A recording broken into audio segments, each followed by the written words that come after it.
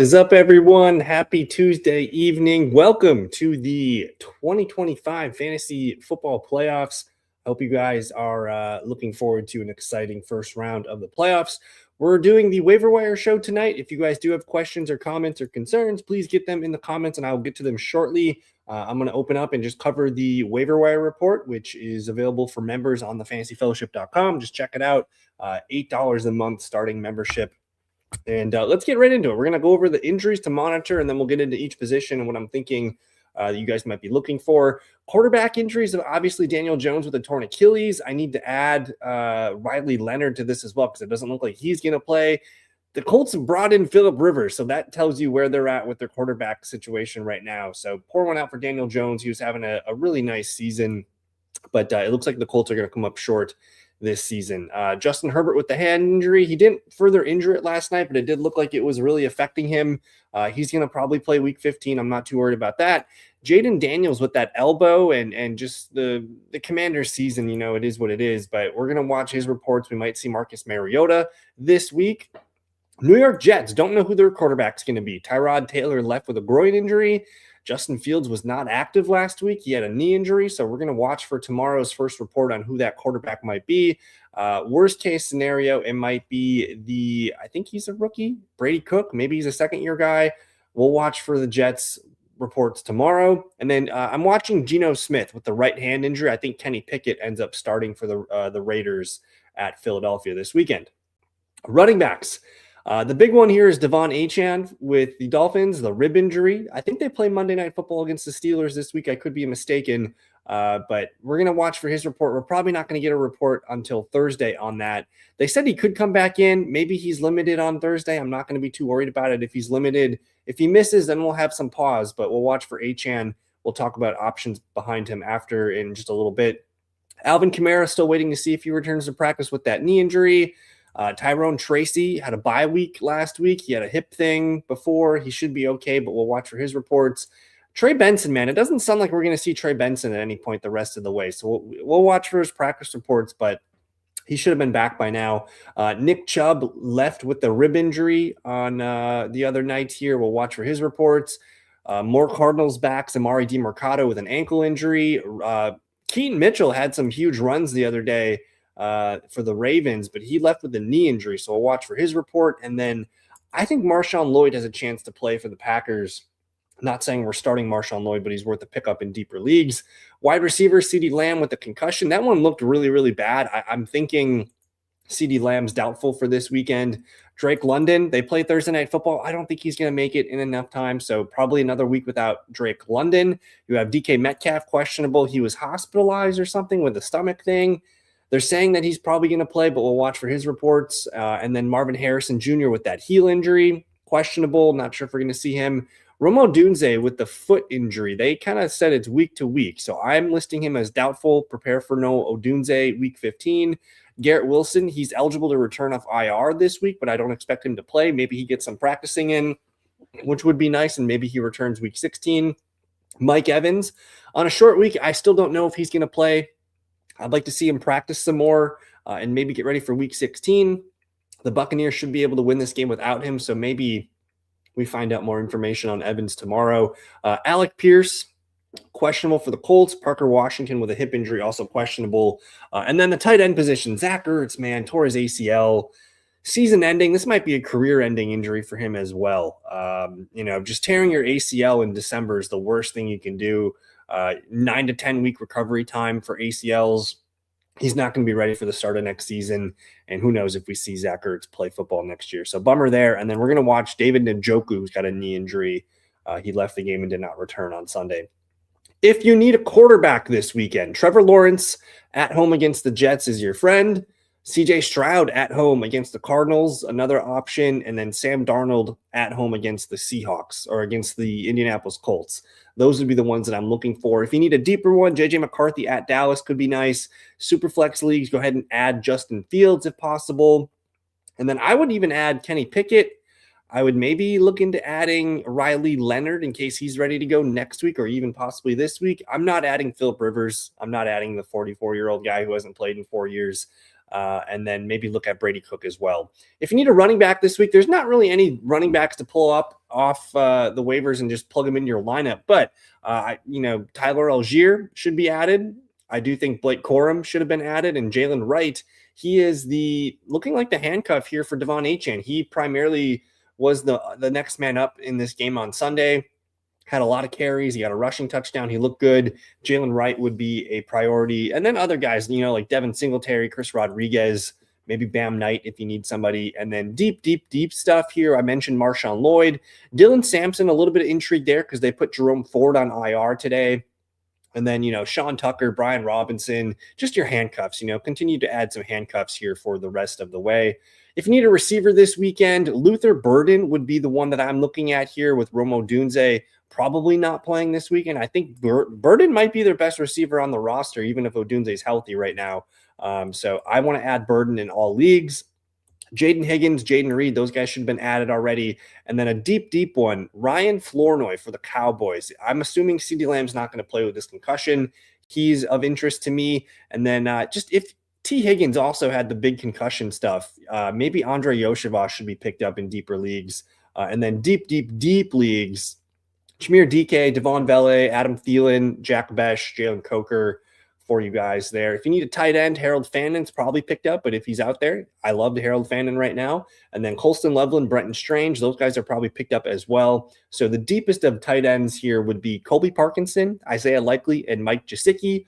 I think Gesicki gets a boost here if T. Higgins is out, so he would be a fun play against the Ravens this weekend.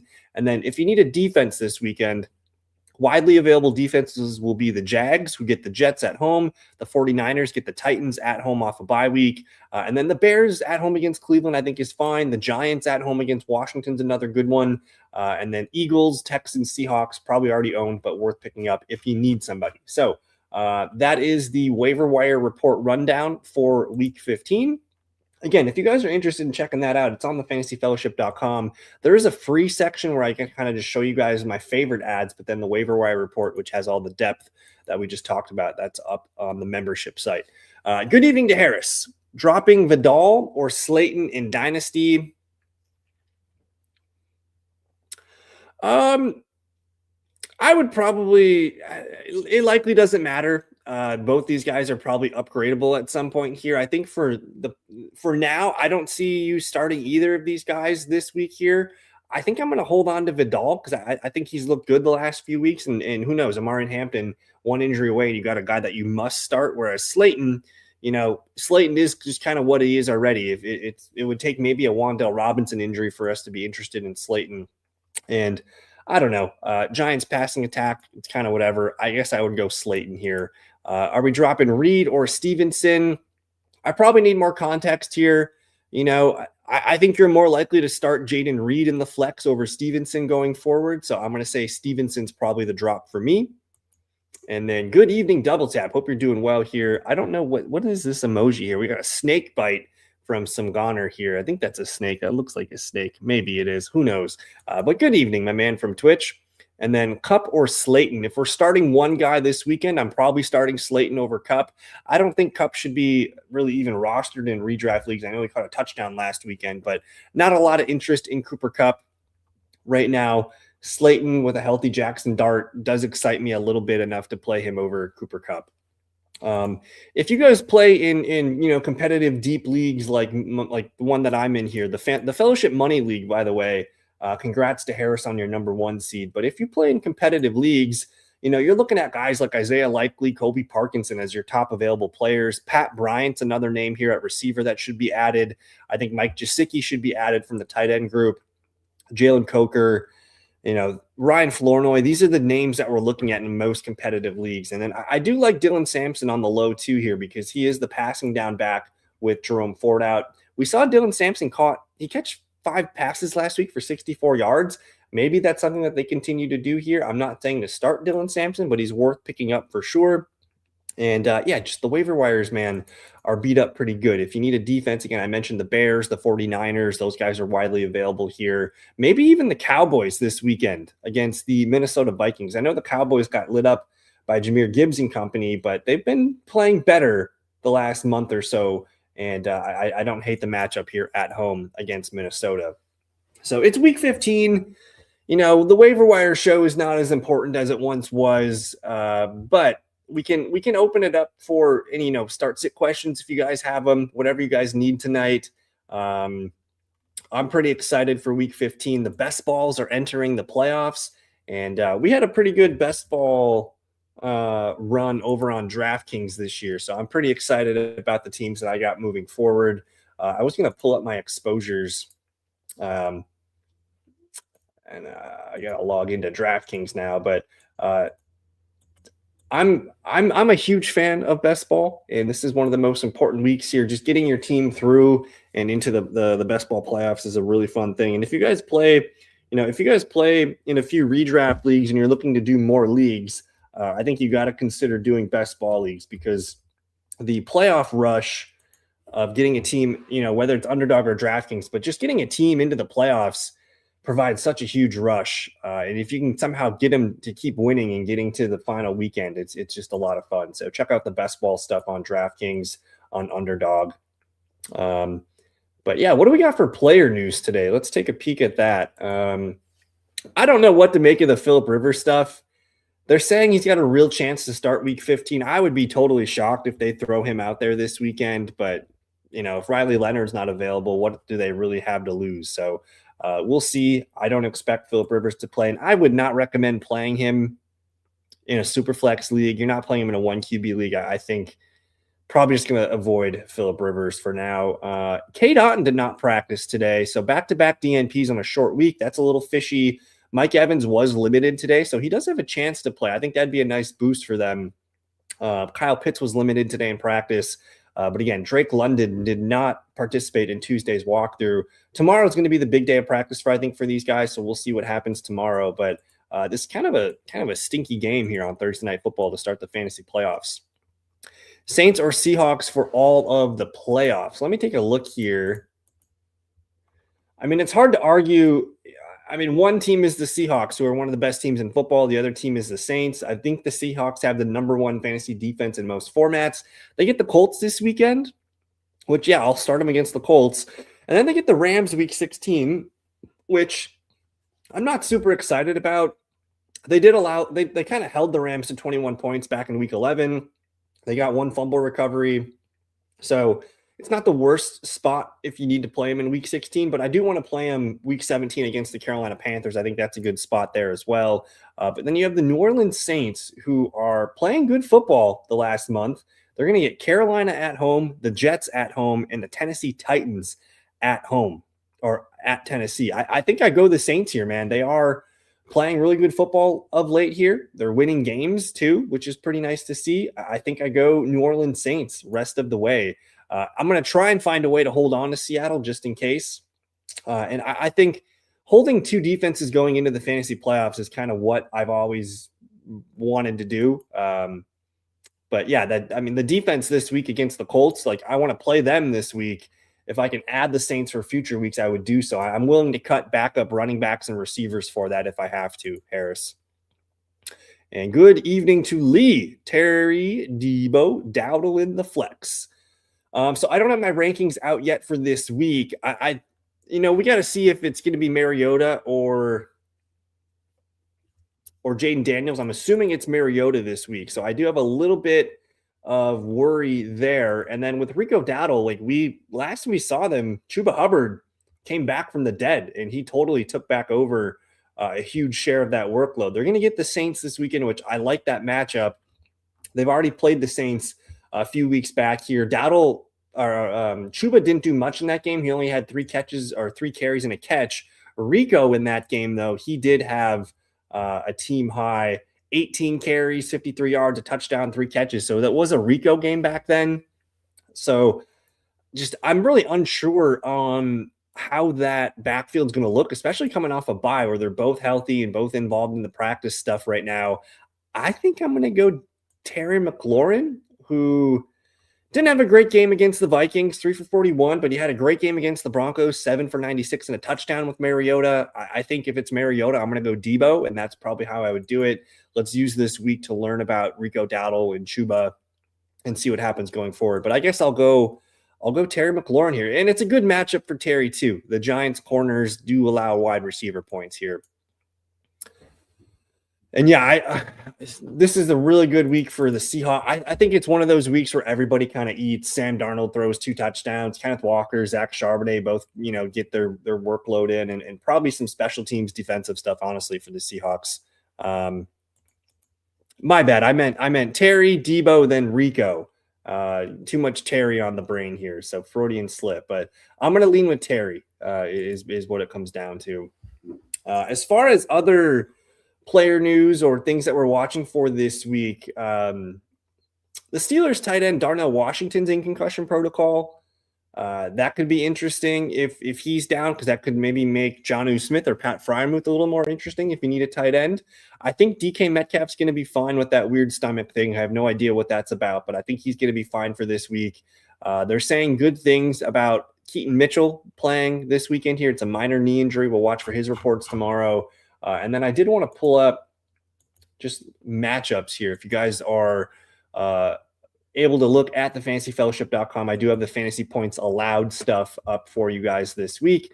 The matchups we want to take advantage of this week, I think that Dallas-Minnesota game could be kind of fun. I actually think the Vikings offense, they dumbed things down last week for JJ McCarthy, and it works. And I think it's going to continue to look better against the Cowboys this weekend. I'm looking at the Cincinnati Bengals versus Ravens. Like, we know the Bengals are they're the clear worst team against tight end by a mile. They're allowing 24 fantasy points per game to the tight end. So for that reason, I'm going to have Mark Andrews and Isaiah Likely ranked pretty highly this week. 15 touchdowns allowed to the tight end position. So there's a really good chance both tight ends eat for the Ravens. Other matchups we like this week. Looks like I messed that one up here.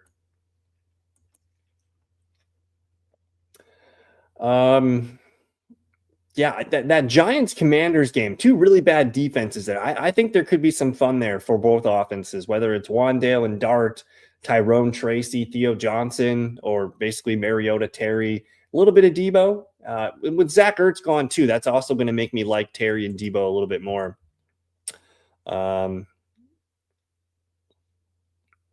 Okay. So we got Trevor Lawrence, a first in 27 and a mid-2 next draft. I don't hate it. I think I'm about as big of a Trevor Lawrence fan as you can find. I think he's a good he's not a great quarterback. He's a good quarterback, top 12, top 15. He's starting to play really well with Jacoby Myers and company. I don't hate that. You're getting some consistency here. And Jalen Hurts just really has not shown any growth as a passer of late here, and just a running style quarterback as he gets older. I think I'm into this, and we'll see where that 2027 first ends up. If that's a top 5 first, it's going to look really nice. Out of Likely had a nice game against the Ravens. I think it was Thanksgiving night, so I'm not too afraid of this matchup starting Likely. Again, it's literally the best matchup on paper that you could have. He went 5 for 95. He almost had that one weird touchdown, so it could have been a bigger day. And then in week 14 against the Steelers, he gets you another 12.5 fantasy points here. So Likely, he's had 6 targets in each of the last 2 games. He's kind of the number 2 target right now behind Zay Flowers. So I'm going to expect another 4 or 5, maybe 6 catches in this one. So I'll give you your 10 fantasy points here, something like 4 for 60 in that range here. And then if he does get you the touchdown, that's what's going to get you the 16 to 18 points. So I expect Likely to play pretty well in this one. Again, the Cincinnati Bengals, the clear worst team against opponent tight ends. So that's where you want to be. They've allowed 1,200 yards to the tight end this year. They've allowed 15 touchdowns, 97 catches. These are all the most by a mile here. So this is definitely something that we're going to continue to attack. Interesting. Okay. Well, it's nice to have control of your destinies. Man. We were just talking about Jalen Hurts in that trade here. I mean, on paper, this is a great matchup for Jalen Hurts. This is what you want going against the Raiders. 2 games in a row that they've lost here. I would like to think that things are going to be better. But I don't know, man. This is a game where they should put up 30 plus points on the Raiders. So I think so. He needs to get in the rushing column for a touchdown. He needs to throw a touchdown or 2 to his guys. I'm expecting him to probably be over 20 fantasy points this weekend.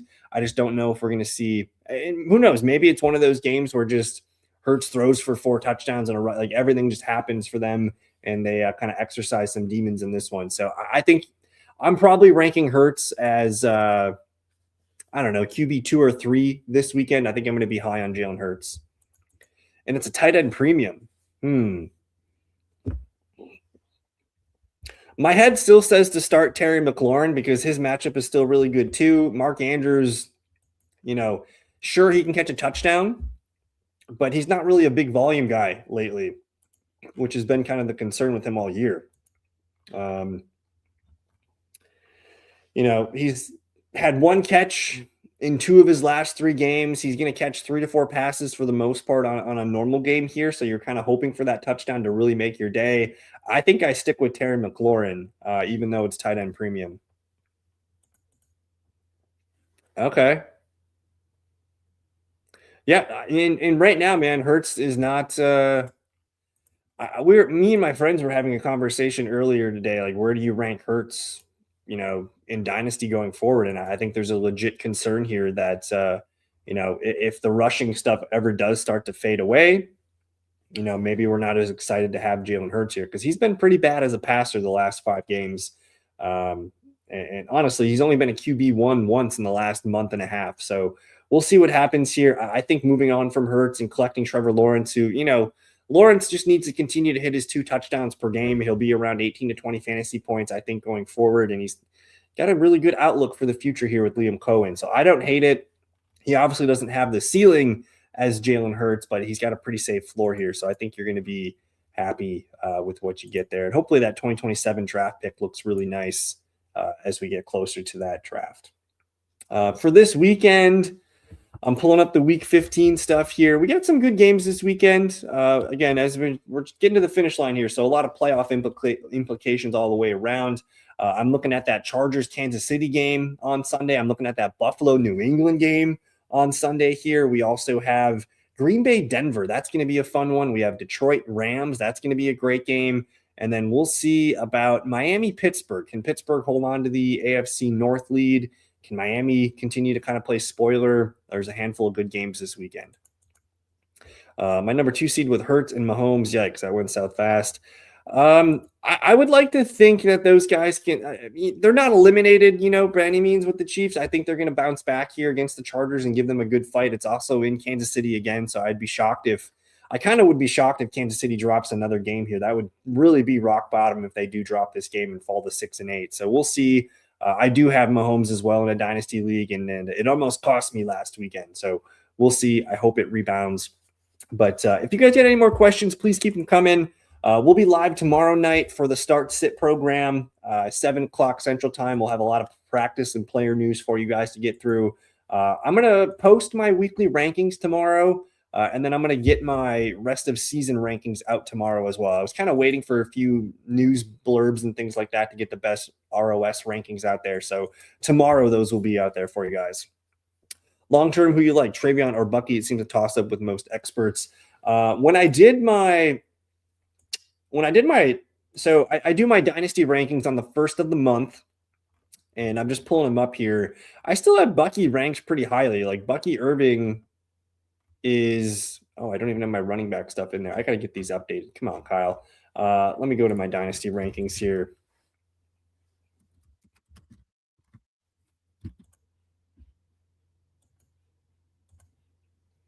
I'm going to have Bucky ranked higher for sure. I believe Rachaad White's a free agent. I could be wrong there, but I'm pretty sure he's a free agent next year, which would really just open things up for Bucky and Sean Tucker, which would be really nice to see. But my running back rankings, I got Bucky Irving here at RB5, right next to Amarian Hampton and Ashton Genty and Quinshon Judkins. Travion's coming in at RB9 for me, which I don't know. My January update over the next 3 games, I might have to change that, but I still believe in Bucky Irving. I think he's a really good player. I'm going to have him by an edge, but they're both mid RB1s, honestly. If it wasn't for my buy-in playoffs, what defense would you use? I have Bucks, Patriots, and Colts.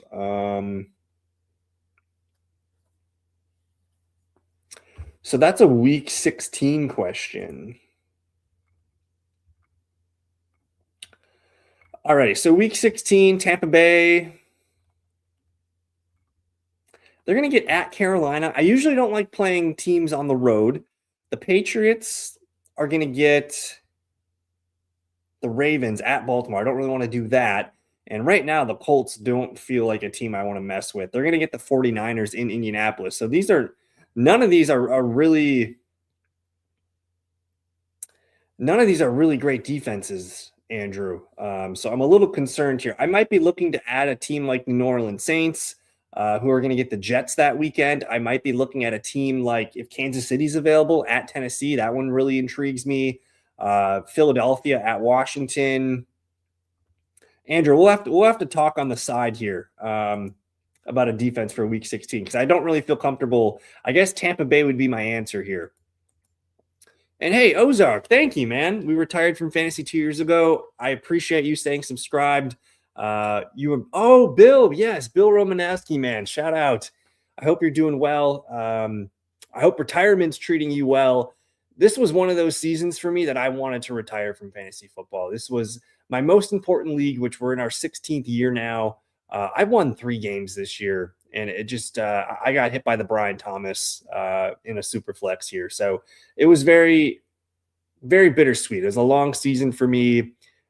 Is 16-year league, man, and I've taken last place twice. And for as much as I do this, it's really hard to take last place, let alone 2 years in a row. So I get it, man. Fantasy football, it's a grind, and you got to stay on top of it. And it's one of the most rewarding, yet the most frustrating things that we humans try to analyze and make fun and just feel good about. But fantasy football is tough, man. But I appreciate you hanging out with us tonight. Thank you, Ozark.